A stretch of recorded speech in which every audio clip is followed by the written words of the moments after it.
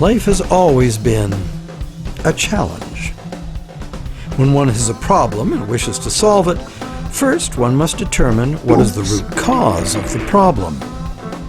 Simple problems have simple solutions.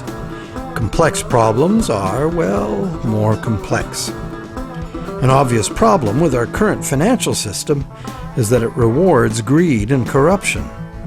Greed and corruption seem to be everywhere. But are greed and corruption the root causes of the problem, or are they the result of the way the system is built? Logically, one should first ask, are there built-in reasons why the system works the way it does? And if there are, can they be built out?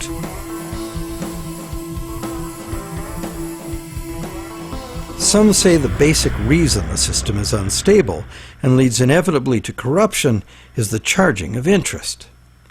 As explained earlier in this series, in our current bank credit as money system, the principal amount of a bank loan is simply created from the borrower's promise to pay back the principal plus interest in money. But the money to pay the interest is not created. The obvious but untrue conclusion is that it would therefore be mathematically impossible to pay off all debts. Many who call for money reform call for the abolition of interest as the solution to the problem. But is interest really the problem? Yes, there would be a serious mathematical shortage if all loans were concurrent and had to be paid back in one lump sum.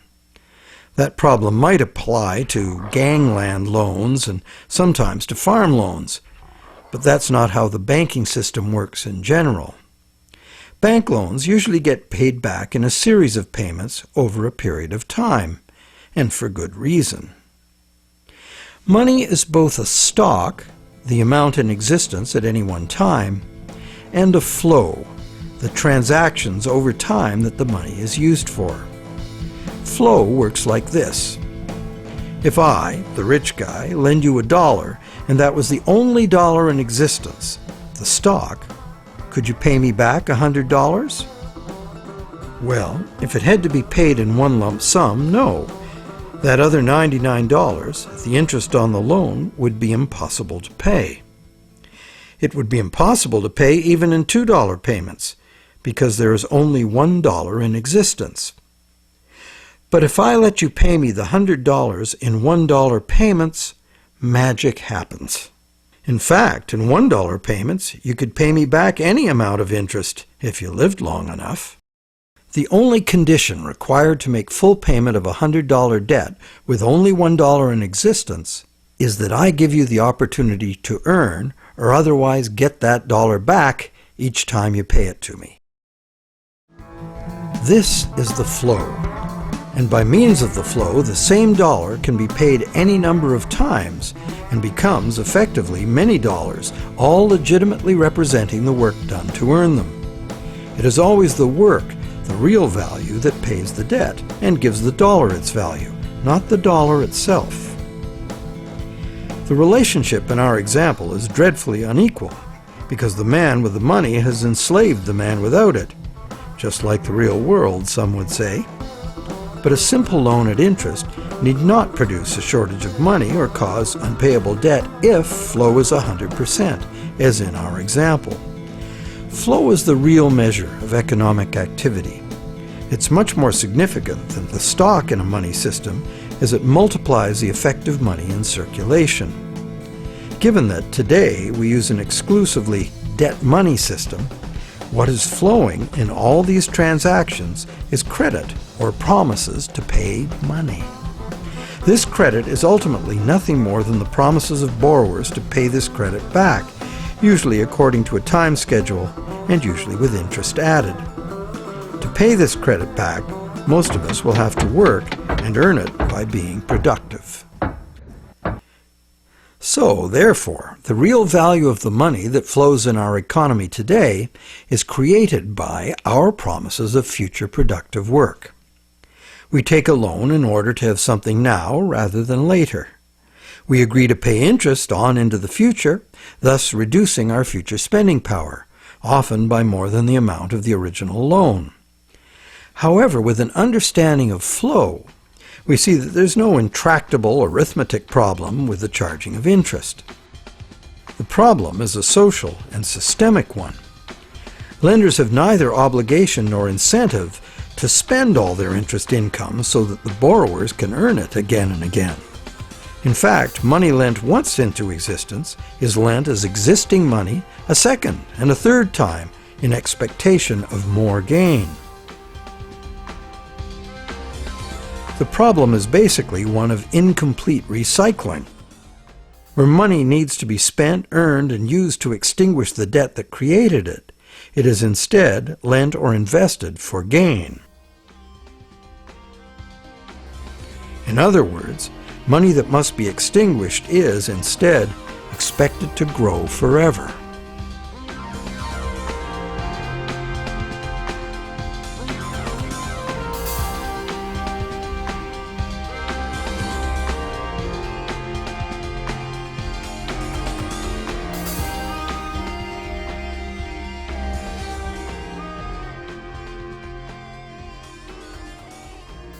Here's another simple example of a basic mechanism inherent to all lending.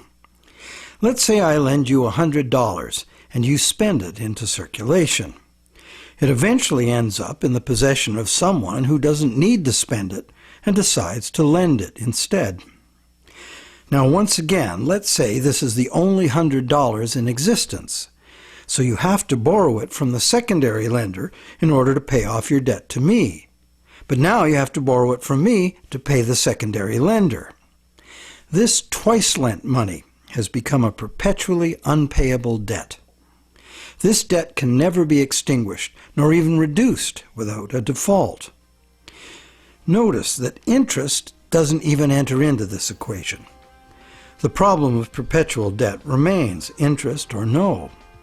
And even if the money itself is of intrinsic value, like gold or silver, or if it is issued by governments as cash, twice-lent money creates perpetual debt exactly the same way.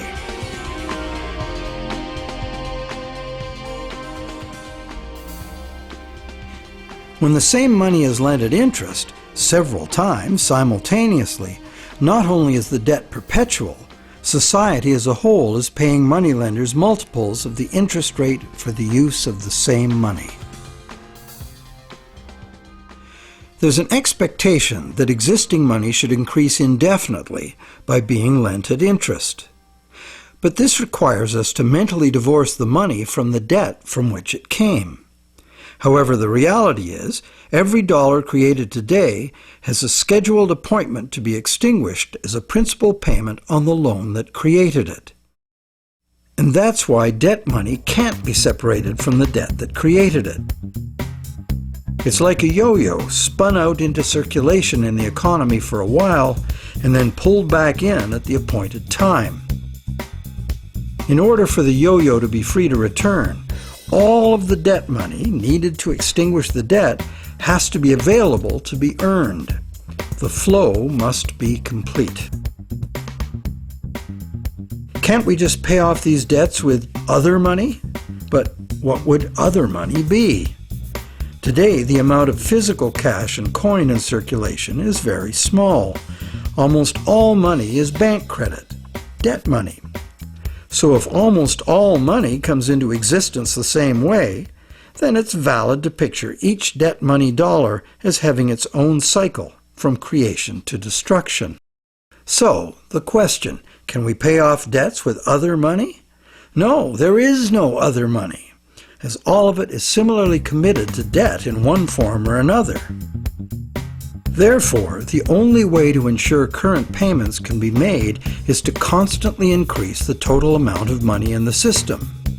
But more money in a debt money system means more debt, so the debt hole in reality just deepens. Since debt is money in this system, it creates the fantasy of wealth for a while, but fantasies must come to an end. The day of reckoning can be pushed back, but only by passing the debt on to generations yet unborn, which is precisely what we are doing now. Government debt piles up endlessly. Corporate debt piles up, consumer debt too. As long as total debt keeps increasing, the system can stay ahead of the debt monster. But all of this debt is an absurd fantasy that our descendants will surely never repay. Nor would they be advised to, as repayment of debt would eliminate the money stock and plunge the world into a depression. Once real growth levels off, due to the inherent limits of human productivity or the limited resources of a finite planet, this growth-dependent money system can only resolve its impossible arithmetic in a destruction of value. This can either happen through a deflationary spiral of credit defaults and falling prices, or by the devaluation of the money unit. Taken to extremes, either course of events will destroy an economy and even a civilization.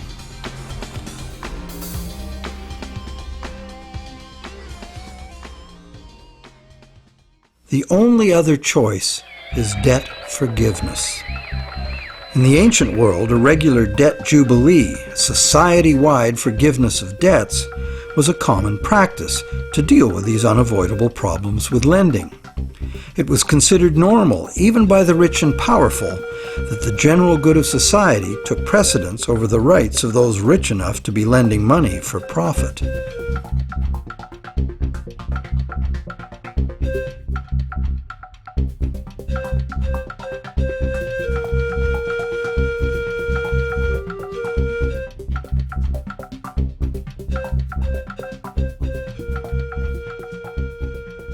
Some say that the money system's problems would be solved if we returned to using gold for money, or silver, or some other limited or hard commodity like oil or energy in general. They argue that this prevents money from being created in excess and backs it with real value. However, it also makes those who actually possess the selected physical substance the only ones with real money.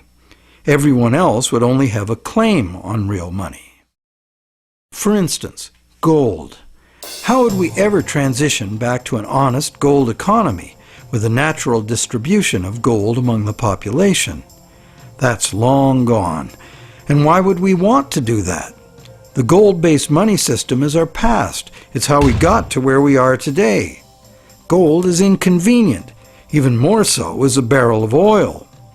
Therefore, whether gold or oil or kumquats, trade will be carried out in promises. The real question is, if we are going to trade using promises of delivering something of real value, why gold? In fact, why any single commodity? At this time in our evolution, doesn't this very old idea of money merit serious re-examination?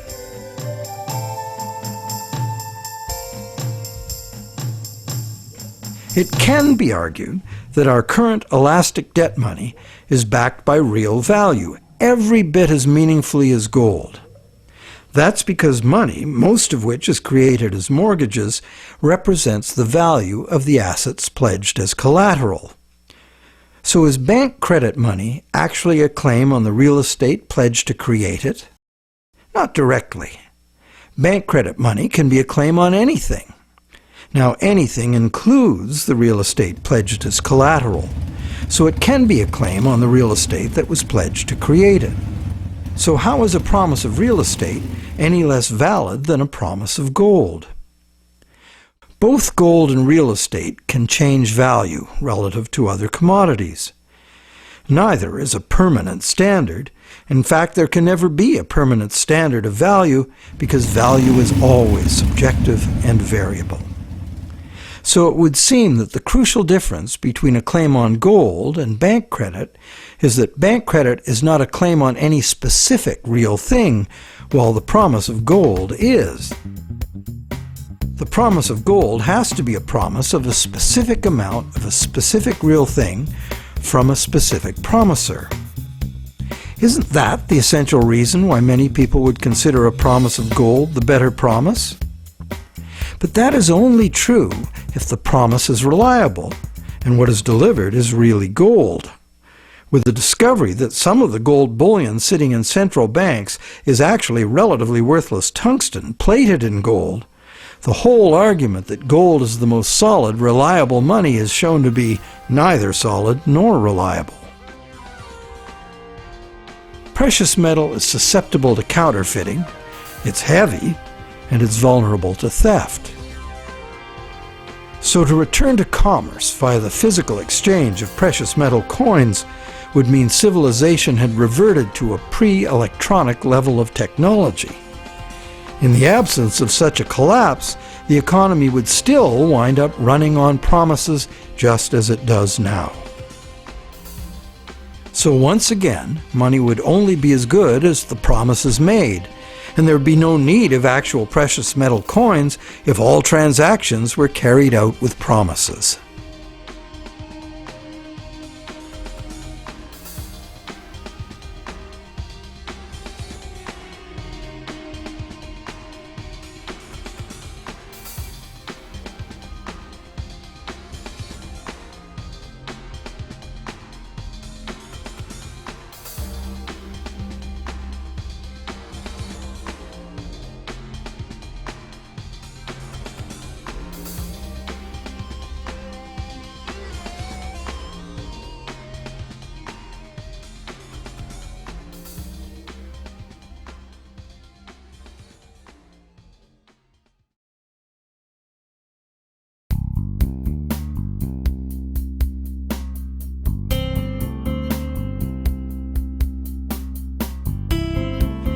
The fundamental question is, what does the need for money to enable trade have to do with the amount of some shiny metal there is, or the amount of any single natural resource or commodity, or real estate for that matter? Where is there any meaningful relationship between the functional need for money and any of these things?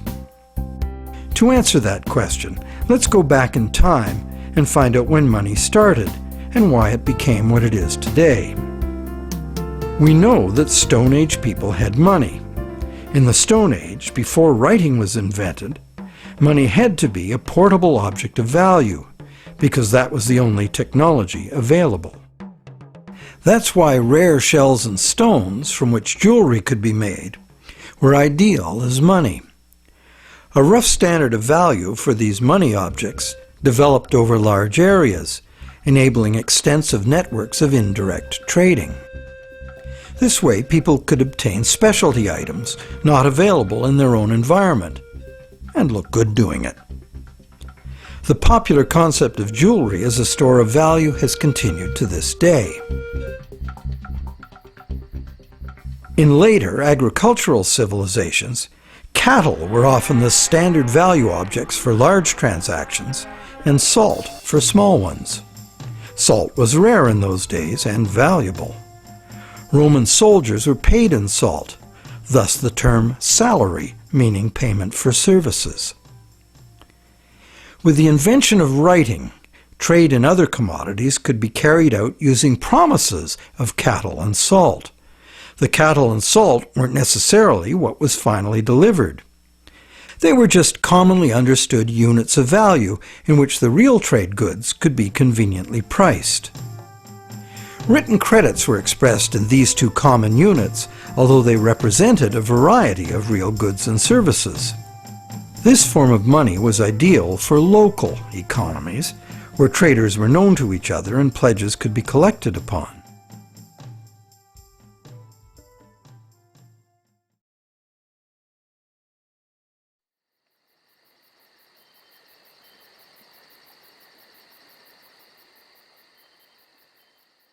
Agricultural surpluses allowed some people to leave the farming to others and specialize in particular crafts.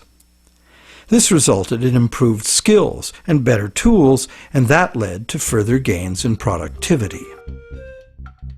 This specialization of labor required increased trade, as more people opted to produce a single item of enhanced value. They would then need to trade their specialty for the broad spectrum of necessities that past generations had produced for themselves. But direct barter was inefficient. So more trade led to a greater need for money. Over many centuries, various forms of money were tried.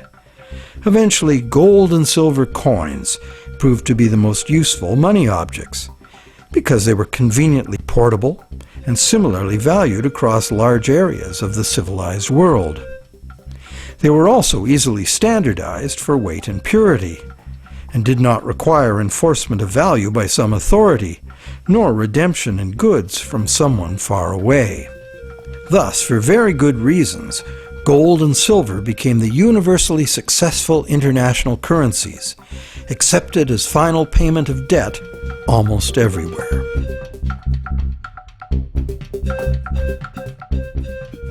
The problem with a system in which money is a standard commodity is that it is most efficient when only one standard commodity is used. But if you do that, it makes the value of money exclusively dependent on the quantity of that one commodity in relation to all other commodities. For example, the Spanish thought they would be fabulously wealthy with all the gold they stole from the Aztecs and the Incas, and then turned into money back home. But when the gold got back to Europe, sure, the amount of gold increased, but it didn't increase real productivity in proportion. Fertilizer would have been more useful for that. So because there was no big increase in real stuff to buy with it, the value of gold decreased, and the Spaniards discovered that gold had no absolute money value in itself, as many people had imagined it would. Its value was determined by its abundance relative to the value of real goods and services to be bought. Yet many continue to argue that the value of gold, a luxury item of no practical use to most people, should be the measure of value for all the real goods and services essential to our lives. While some campaign for a return to gold, others mistakenly believe that today's money still does represent gold held in a vault somewhere. That hasn't been true for decades.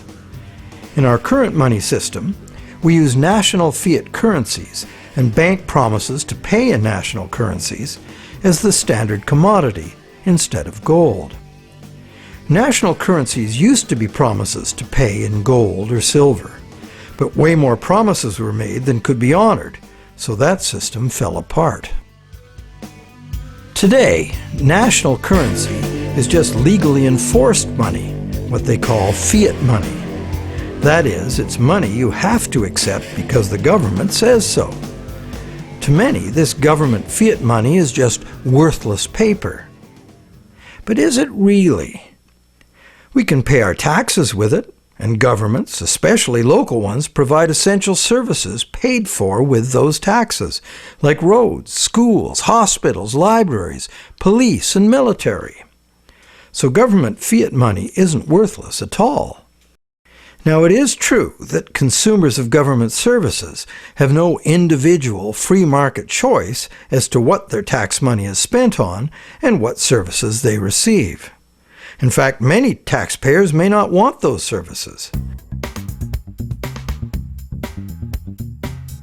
So therefore, this money can rightly be accused of being monopolistic, coercive, and socialist. But government is coercive, monopolistic, and socialist by nature, isn't it? What else should it be? Government in a democracy or a republic is ideally a single authority, empowered by society to enforce laws agreed upon by society for its own collective benefit. In a free market economy, government must provide the level playing field of law within which the free market can function. And it also has to provide the referees to enforce the rules of the game. Those who are nostalgic for the freedom of the frontier should recall that the first thing early settlers usually did was elect a sheriff and build a jail and collect taxes to pay for both, for good reason. So government fiat money isn't inherently worthless by nature. Governments at all levels offer vital services in exchange for it. It only becomes worthless when government creates too much of it, which it often does, and for the worst reasons. While many reformers are fixated on the differences between gold and fiat currency, what's more important is the essential similarity. Being single, uniform commodities, gold, silver, national currencies, and bank credit all share the characteristic common to monies for millennia past. The more money there is, relative to the real things available to buy, the less the money unit is worth. Thus, the total quantity of money in circulation is extremely important to maintaining the general price levels. And today, this quantity is largely determined by the demand for new money to purchase real estate and speculative equities. This makes the supply of money for general trade particularly vulnerable to real estate and stock market bubbles.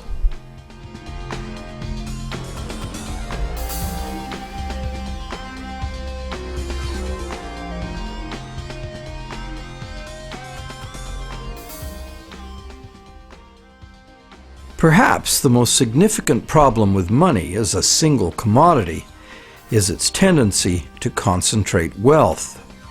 Those who have no money must get it from those who have it to lend. Anyone with extra money can lend it at interest, and if, rather than spending all of the interest, they add any of it to their lending capital, they will accumulate even more money to lend. One reputable study counted all the ways we pay interest, directly on our own debt and indirectly in prices and taxes for corporate and government debt. This was compared to the interest we earn from all sources. This study found that only the richest 10% come out ahead. The next 10% do little better than break even, and the remaining 80% pay more than they receive, the poorest losing out the most. Now, in our current bank credit system, money is created as debt to banks. This debt is required to be repaid to the banks in money, either fiat cash or bank credit. Therefore, the ability of all borrowers to repay depends on the availability of fiat cash or bank credit. The supply of fiat cash is controlled by the nation's central bank, but fiat cash makes up only a very small proportion of money. Usually about 95% of all money is bank credit. And who controls the availability of bank credit? The banks?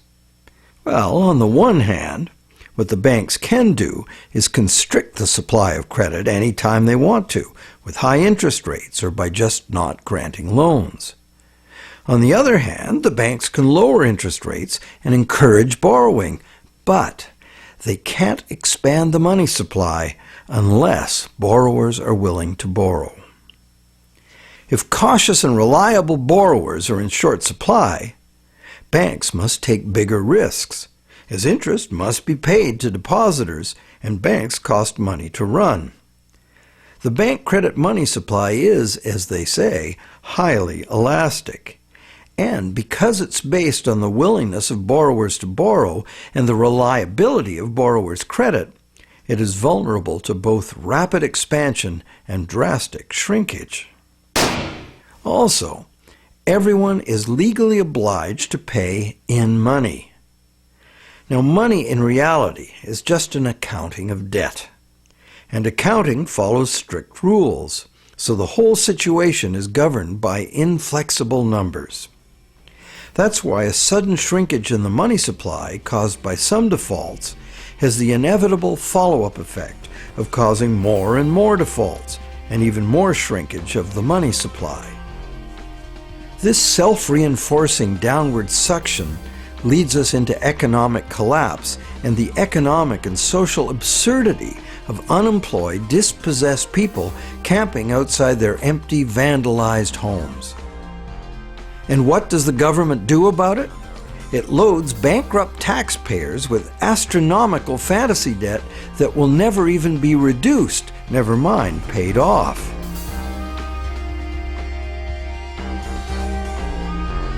All this is done to fill up the negative balance sheets of the banks with money the banks never had in the first place.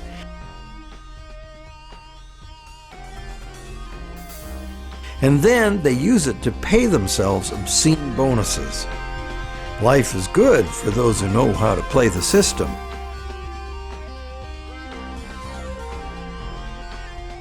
The bailout scam was the biggest daylight robbery in the history of the world. So far.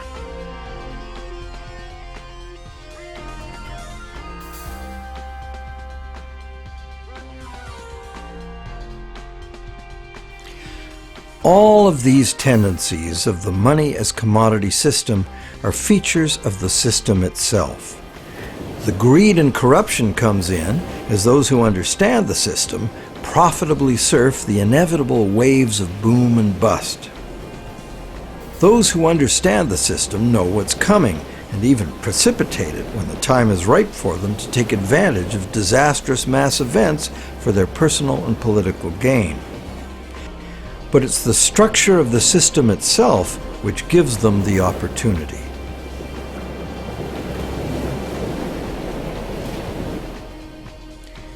And they have taken this opportunity over and over again since ancient times. People complain of the injustice, blame each other, blame the left or the right or whoever the scapegoat of choice is. But they never really catch on to the reasons this keeps happening. That's because most of us shy away from trying to understand the true nature of money and of freedom. The basis of freedom is essentially the freedom to exchange goods, services, ideas. If you create something in proven demand, you and only you should have the right and the freedom to create and spend the credit money needed by someone to buy it. Money as a portable uniform commodity was invented a very long time ago. It was the only choice using the technological means available at that time. But times have changed. So why is this outmoded technology still the prevailing concept we have for money? Could we go beyond money as we've known it?